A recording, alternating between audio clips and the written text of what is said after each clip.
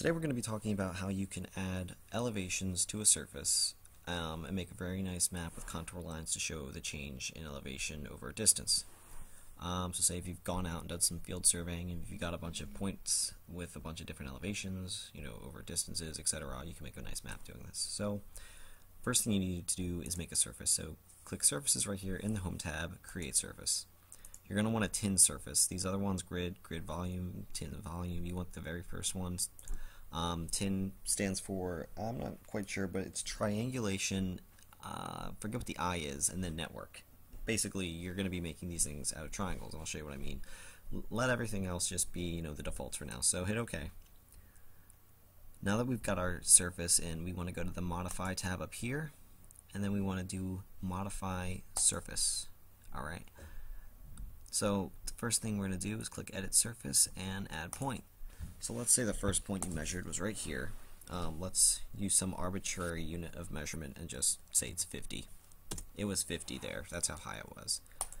Over here, let's say it was 0. It was flat, right, with sea level. You notice nothing's happened yet. That's because you need 3 points to create a triangle. So right over here, if I put another one for 50, now you've got your little triangle with contour lines. Right here it's 50, right here it's 50, down here it's 0. So over here, if I put another 50, you'll notice that it's just blank. It's because it's flattened out. And right here, if I put one, say, for 40, you see the lines have a much, larger gap in between. That's because the elevation is changing at a much slower pace. So just to give another example, if I go over here and say the elevation was 400, now you've got this very, very close interval going on here where, the elevation is changing rapidly.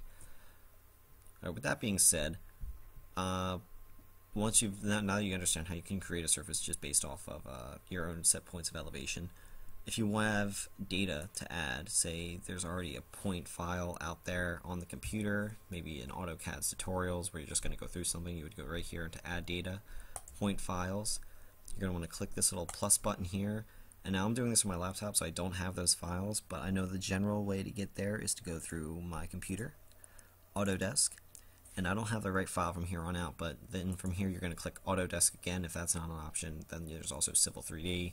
You go to Help, go through Help, and then through Help you'll have point files in there associated. So let me get out of that. Alright, that's been done. So a few things about editing this surface that we've created. So let me get out of this. If I right click the surface here, surface number 2, we go to Surface Properties.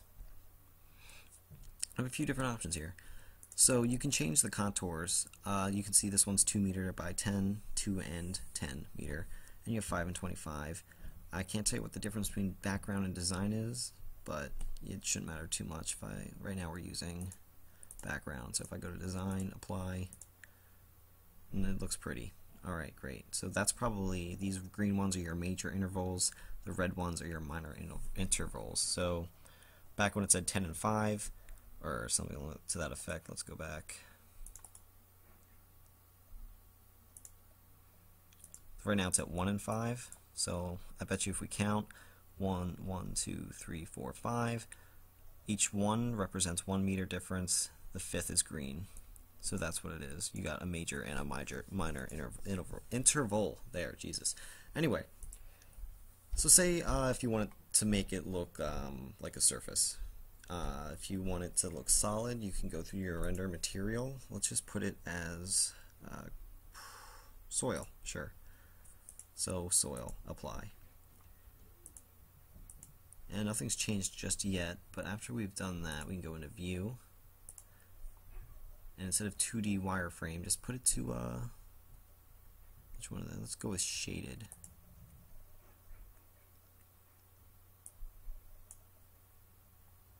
Okay, you know what happened here? It filled it in. What you actually want is realistic. That should be an option. There it is, realistic. There we go. Now we can see the gravel. Those other options will give you a few different more perspectives if you want to look at them. So yeah, you can see this one point right here with the 400 is way above everything else we put down. Alright, and that is about everything that there is to go over. Other than that, if you want to edit your surface some more, you can go to Surface Properties, and here we have those things we went over before. You can change the contour intervals here. If, say, those don't work, you can go right into this. contours, contour ranges. Yeah, number of ranges 1. Contour intervals, there you go. So you can change the minor and the major right here on your own if you want a different setup.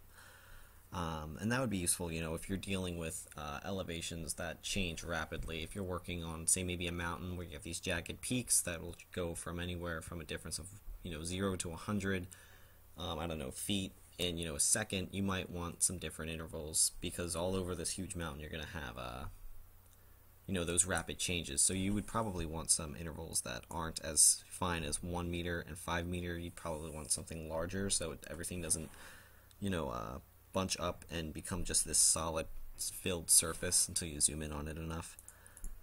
And watersheds. We don't have to go over watersheds.